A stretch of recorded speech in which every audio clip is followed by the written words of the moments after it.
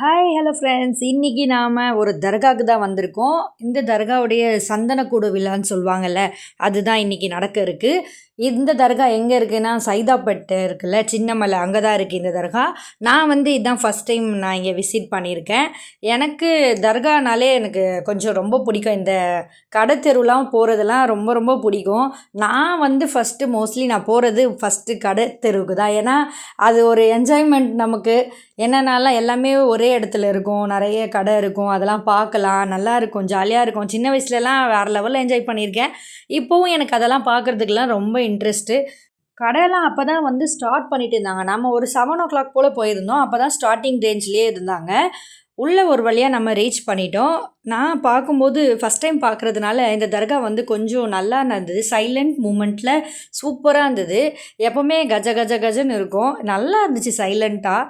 குதிரை வண்டிலாம் வச்சுருக்காங்களேன்னு சொல்லி பார்த்தேன். எல்லாமே எனக்கு இங்கே ஒரு புதுசாக ஒரு அனுபவம் தான் சொல்லுவேன். பூந்தி தட்டு வாங்கினோம்ல, அந்த பூந்தி தட்டு தானே மெயினாக வாங்கினோம் அப்படின்னு சொல்லிட்டு அம்மாவும் பூந்தி தட்டு வாங்கிட்டாங்க.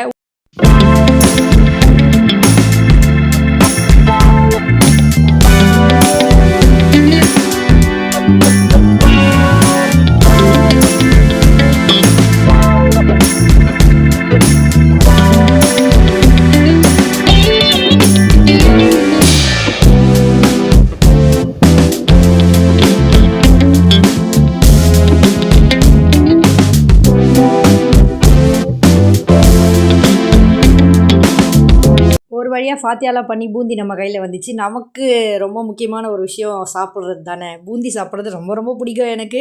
சின்ன வயசில் நிறைய சாப்பிட்ருக்கேன். இப்போ அவ்வளோவா நமக்கு இன்ட்ரெஸ்ட் வர மாட்டேங்குது. இருந்தாலும் அது நல்லா ஜூஸியாக டேஸ்ட்டாக செம்மையாக இருந்தது. தெரிஞ்சு தான் நான் இன்னும் நிறைய வாங்கியிருப்பேன். அவ்வளோ டேஸ்ட்டாக இருந்தது. அதுக்கப்புறம் இந்த பஞ்சா வச்சுருந்தாங்க. இதுக்கு பேர் பஞ்சான்னு தான் சொல்லுவாங்க. இதுதான் நைட்டு அந்த வண்டியில் உட்கார வச்சு சந்தனக்கூடம் மாதிரி ஃபுல்லாக சுற்றி வருவாங்க அப்படின்னு சொல்லி கேள்விப்பட்டிருக்கேன். நான் அதெல்லாம் பார்த்ததில்ல. ஏன்னா ரொம்ப நைட்டில் தான் இதெல்லாம் பண்ணுவாங்க. ஒரு 2:00 3:00 போல் தான் இதெல்லாம் பண்ணுவாங்க. நம்ம அது வரைக்கும்லாம் பசங்களை வச்சுட்டு நம்ம வெயிட் பண்ண முடியாது இல்லையா அப்படின்னு சொல்லிட்டு.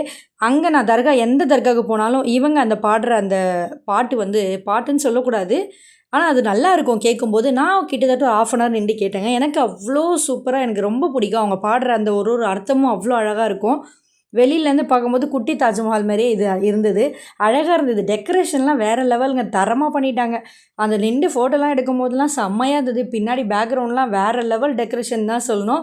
செம்ம சூப்பராக இருந்தது. சைலண்ட்டாக இருந்த ஒரு பிளேஸுன்னு நான் சொல்லுவேன். அந்த முஷத் இருக்காங்களே, அவங்க அந்த பாடின பாட்டுக்காக நம்ம காசுலாம் நிறைய பேர் போடுவாங்க. பாப்பா கிட்ட கொடுத்து 50 rupees போட சொல்லியிருந்தேன். அவளும் தைரியமாக போய் போட்டா. அவளும் கொஞ்சம் பயந்துட்டு தான் இருந்தா ஃபஸ்ட்லாம் நாங்கள்லாம் சின்ன வயசில் பயங்கரமாக பயப்படுவோம். இப்போ இருக்க பசங்களுக்கு அந்த பயம் அவ்வளோவா தெரியல. நாமளும் நின்று சரி ஃபோட்டோ வீடியோலாம் எடுத்துக்கலாம் அப்படின்னு சொல்லிட்டு சூப்பராக இருக்குது இந்த பிளேஸு. பார்க்கும்போது ரொம்ப சூப்பராக இருந்தது.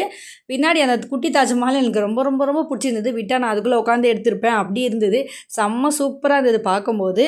கூட்டம்லாம் அவ்வளவா எதுவுமே இல்லை. ஏன்னா அதுக்கப்புறம் தான் கூட்டம் வரும் அப்படின்னு சொல்லி கேள்விப்பட்டேன். வெளியில் அவுட்லுக் டெக்கரேஷன்லாம் வேறு மாதிரி இந்த தரமான டெக்கரேஷன் தான் சொல்வேன்.